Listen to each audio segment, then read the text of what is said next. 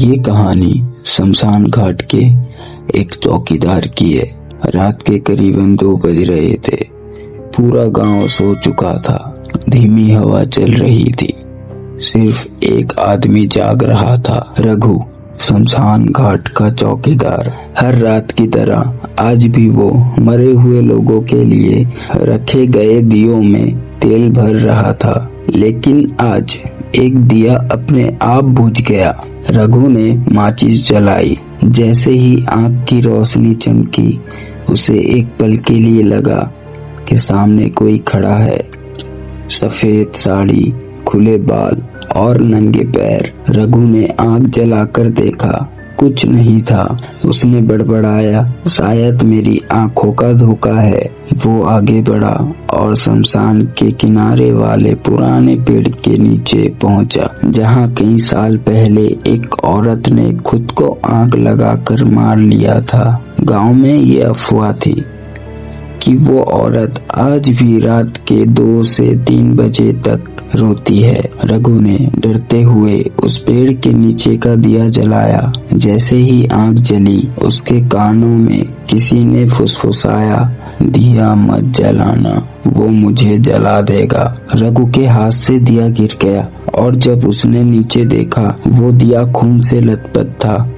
रघु पीछे हटने लगा, लेकिन उसके पीछे की राख हिल रही थी, मानो कोई जमीन के नीचे से रेंग कर बाहर आने की कोशिश कर रहा हो। धीरे धीरे राख हटने लगी और उसमें से एक जली हुई हथेली बाहर निकली। रघु भागा, लेकिन उसकी मशाल बुझ गई और सिर्फ अंधेरा था और किसी की भारी कदमों की आवाज आ रही थी, ठक ठक ठक। रघु हाँफते हुए बोला, कौन है वहाँ? कोई आवाज नहीं, सिर्फ एक धीमी हंसती हुई आवाजों में बोली, तूने दिया जलाया है ना?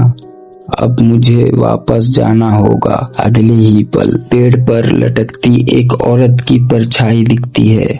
वो धीरे धीरे हवा में झूल रही थी और उसकी आंखें सिर्फ रघु की तरफ देख रही थी। रघु जान बचाने के लिए शमशान के गेट की तरफ भागा, लेकिन गेट अपने आप बंद हो गया। वो चिल्लाया, बचाओ, कोई है? अचानक सारे दिए एक साथ जल उठे। हर लो में एक चेहरा दिख रहा था। किसी का आधा जला हुआ चेहरा, किसी का सिर कटा हुआ और किसी का आंखें बाहर निकली हुई। और वो औरत उसके सामने थी, चेहरा पूरा जला हुआ और धीमी आवाज में बोली, मैंने तुझे कहा था दिया मत जलाना। रघु कांपते हुए कहा, मैं तो बस अपनी ड्यूटी कर रहा था।